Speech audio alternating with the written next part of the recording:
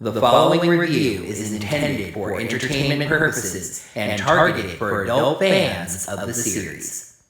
Len and Kit return to Earth, and suddenly Len sees the purple alien. Purple.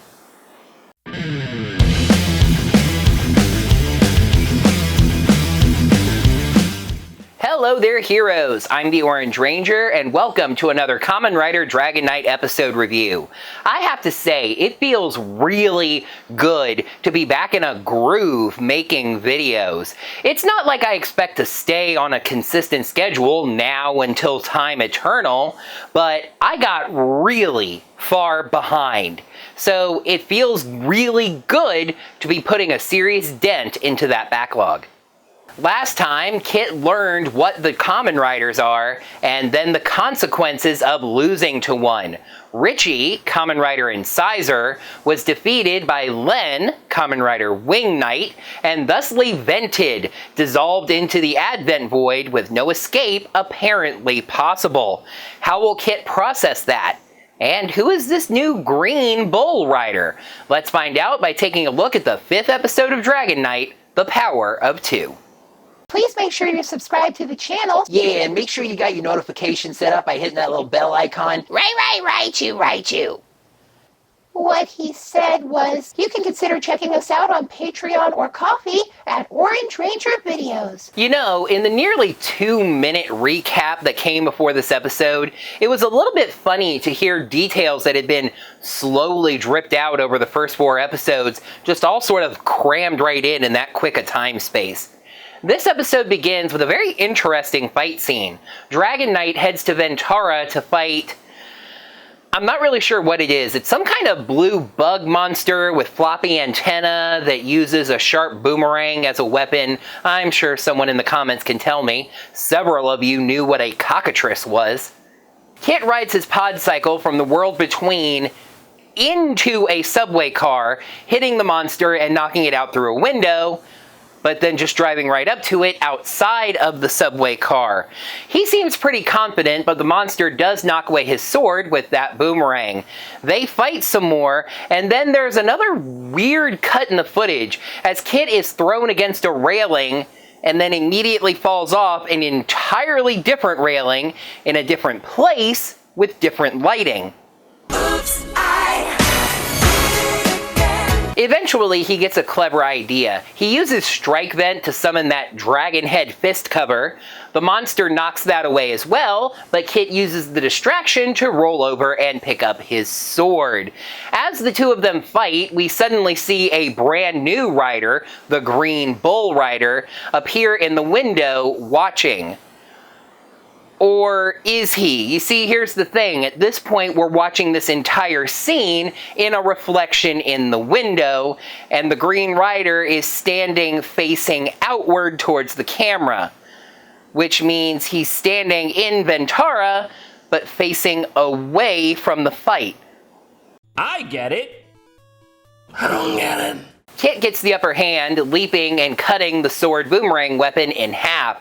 The monster jumps up to a higher railing and runs away, and that's just too genius a move for Kit to counter. The Green Rider steps out into our world and de-transforms, and surprise, surprise, it's the dude from the previous episode. Then Connors walks up, asking Mr. Lansing here when he's going to move against Kit, who's an important part of his plan. Suspense! Mr. Lansing says that a professional does their homework and takes their time, and also refers to Connors as General. General whoever says that a professional should not take too much time or they might lose their chance. But Lansing says that the General just needs to trust him. Let's ride! And then... oh good. The bookstore.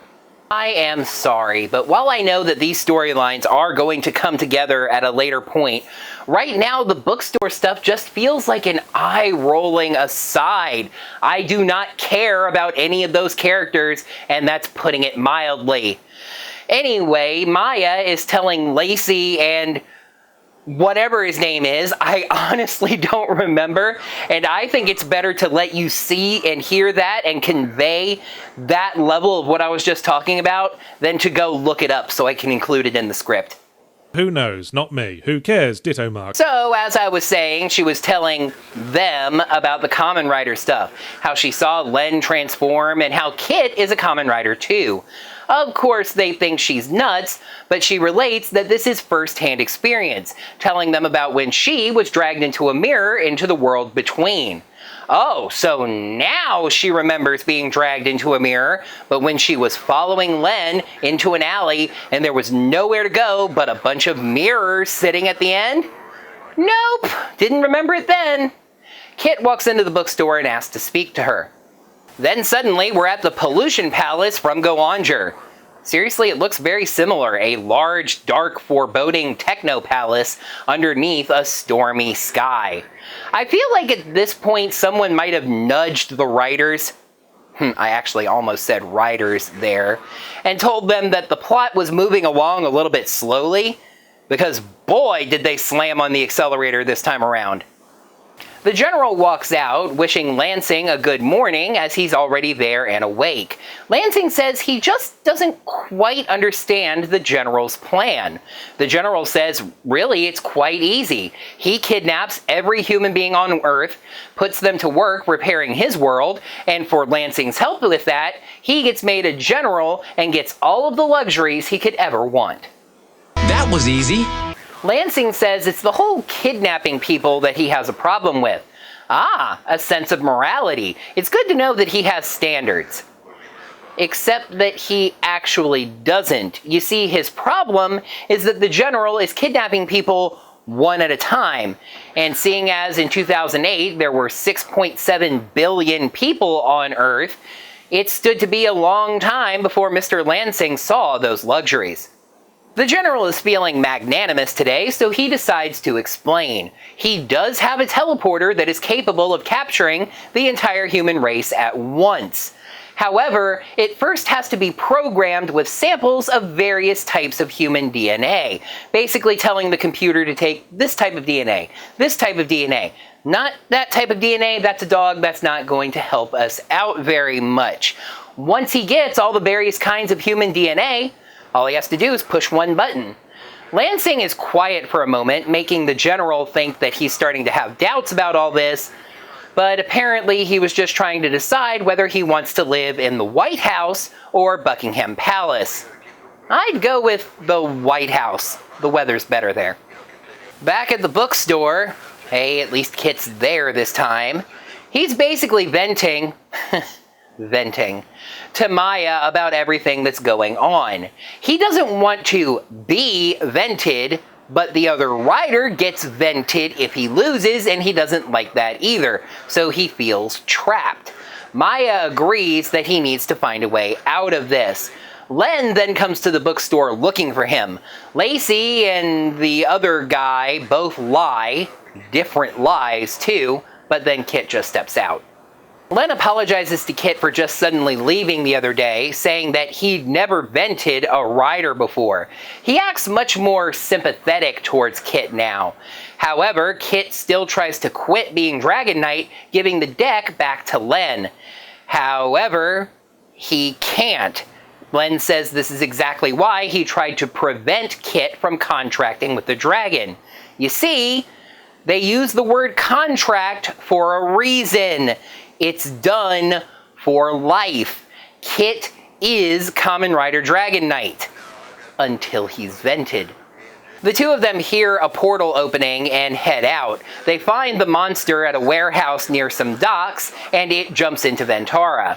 Len decides to teach Kit how to transform while riding the motorcycle.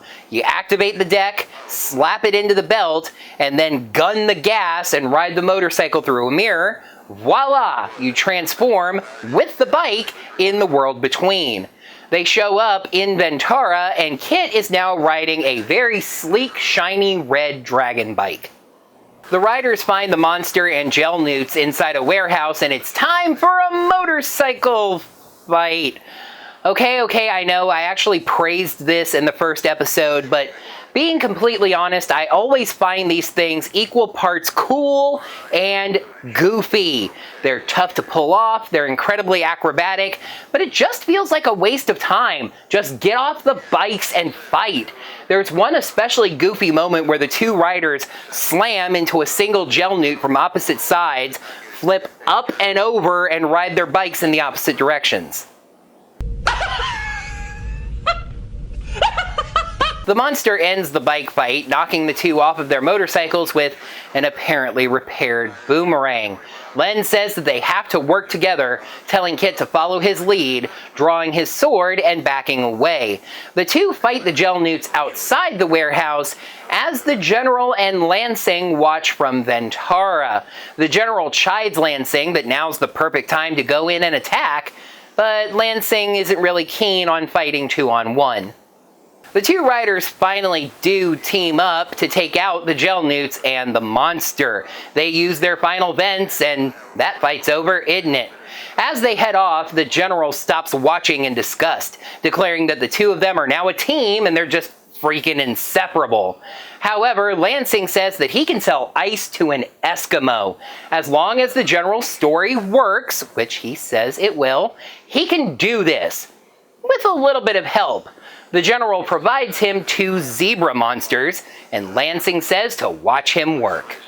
Len and Kit return to Earth, and suddenly Len sees the purple alien in a door window. However, he's apparently able to block the mirror from the other side.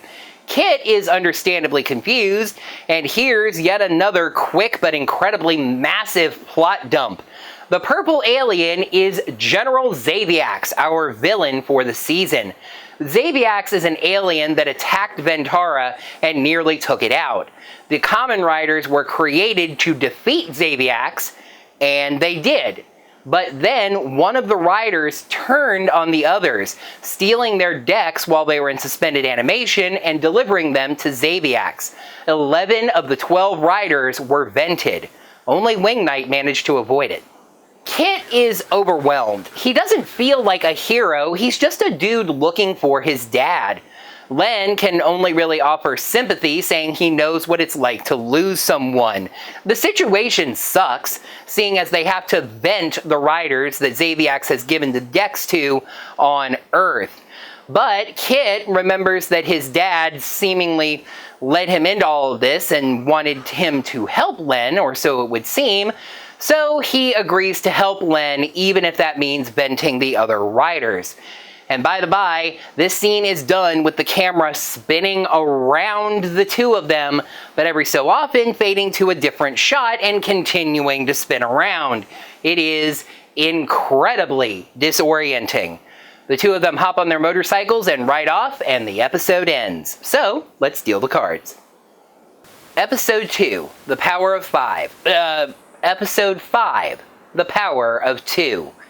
Pros: charming to see Len start to accept Kit, nice 2-rider action, and Xaviax's evil plan revealed.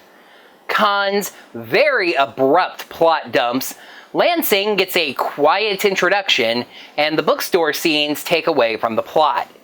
Good, but a rather jarring change of pace. The Power of 2 gets 2 sets of 2 cards, aka 4 out of 5. I really do like this episode, establishing the friendship between Kit and Len, establishing the evil of both Lansing and Xaviax, etc. It was just a bit jarring to have a show that has been so tight with its plot details to suddenly throw out plot dumps left and right. Charging into the next arc, I guess. You know, they never gave us the name of that Green Rider. I wonder if we'll find that out in the next episode. Let's find out by taking a peek at the 6th episode of Dragon Knight. Kamen Rider Torque. During a battle, Kit encounters Kamen Rider Torque, who claims that it was actually Len who betrayed the Ventaran Kamen Riders. Meanwhile, after getting a tip from JTC, Maya and Trent, that was his name, sneak into the hospital and find someone very important. That is going to do it for another Kamen Rider Dragon Knight episode review. Thank you, heroes, so much as always for watching. Now that the video's done, you can let me know what you thought of this episode, as well as my review of it, down in the comments below. While you're down there, make sure you smack that thumbs up button to let me know that you enjoyed this video. And if you'd like to lend any financial support to my channel, please consider checking me out on Patreon or Ko-fi at Orange Ranger Videos. And at the same Orange Ranger Videos name, check out my Teespring store and get yourself some sweet t-shirt merch just like that. Until next time, heroes, may the power of the cards protect you. Dragon Knight heads back at the bookstore. Hey, at least Kit's there this time. He's venting. The two of them hear a portal opening and head out. They find the monster near a warehouse. They're just freaking inseparable. But Did I call him Drew in the script? Nope, Lansing.